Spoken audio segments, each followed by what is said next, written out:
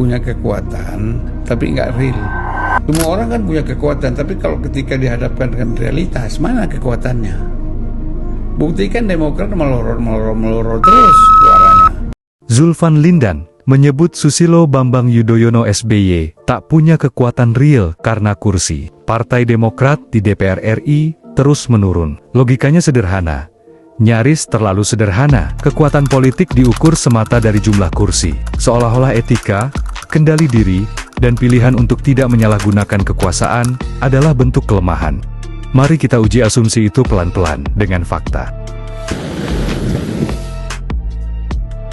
Selama 10 tahun menjabat Presiden Republik Indonesia, SBY adalah Ketua Dewan Pembina Partai Demokrat. Jika benar ia haus kekuasaan dan lihai menggunakannya untuk kepentingan partai, mestinya Demokrat sejak awal sudah bermarkas megah. Faktanya, selama 1 dekade berkuasa, kantor DPP Demokrat hanya mengontrak di sebuah ruko. Baru setelah SBY tak lagi memegang kendali kuasa, Demokrat baru memiliki kantor permanen, itu pun kecil dan jauh dari kata mewah.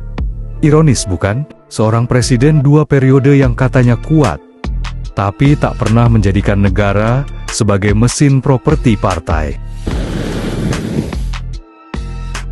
Soal Pilpres 2014, jika kekuasaan SBY benar-benar absolut seperti yang dibayangkan para pengkritiknya, Hatta Rajasa, besannya sendiri yang menjadi wapresnya Prabowo kala itu, mestinya menang dengan mudah. Tapi sejarah mencatat hal sebaliknya. SBY tidak mengerahkan instrumen negara, tidak memaksa birokrasi, tidak membelokkan demokrasi demi keluarga. Di negeri yang terbiasa dengan nepotisme, justru sikap ini sering disalahpahami sebagai kelemahan. Padahal, itu adalah pilihan sadar untuk menjaga batas.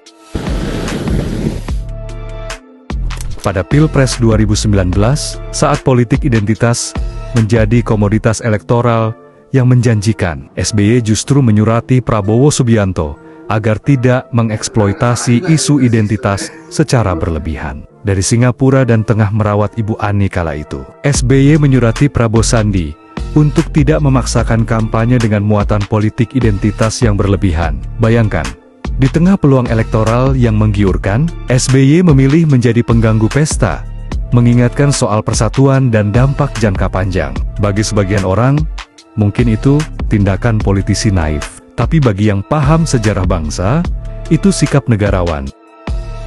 Jadi, pertanyaannya bukan apakah SBY punya kekuatan real. Pertanyaannya, apakah semua kekuatan harus digunakan? Di era ketika kekuasaan sering diukur dari seberapa jauh bisa disalahgunakan, SBY justru memilih jalan sebaliknya, menahan diri. Jika itu disebut lemah, maka mungkin yang selama ini kita salah pahami bukan SBY, melainkan makna kekuatan itu sendiri.